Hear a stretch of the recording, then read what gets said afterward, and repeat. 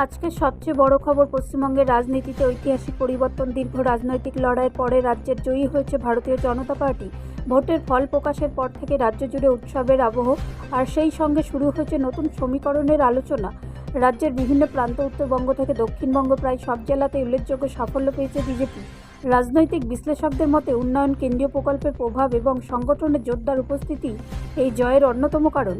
দিল্লি থেকে প্রতিক্রিয়া জানিয়ে প্রধানমন্ত্রী নরেন্দ্র মোদী বলেন, এই জয় শুধু একটি দলের নয়, এটি উন্নয়নের জয়, মানুষের বিশ্বাসের জয়। অন্যদিকে বিজেপির শীর্ষ নেতৃত্ব অমিত শাহ এই ফলাফলকে ঐতিহাসিক পরিবর্তন বলে উল্লেখ করেছেন। অন্যদিকে এতদিন ক্ষমতায় থাকা তৃণমূল কংগ্রেস এই ফলাফলকে মেনে নিয়ে আত্মসমালোচনার পথে হাঁটার ইঙ্গিত দিয়েছে। মুখ্যমন্ত্রী মমতা বন্দ্যোপাধ্যায় বলেছেন, জনতার রায় আমরা মাথা পেতে নিলাম, আমরা মানুষের পাশে থেকে কাজ করে যাব। রাজনৈতিক মহলে এখন একটাই প্রশ্ন, এই পরিবর্তনের ফলে পশ্চিমবঙ্গে প্রশাসনিক ও রাজনৈতিক ভবিষ্যৎ কোন পথে এগোবে।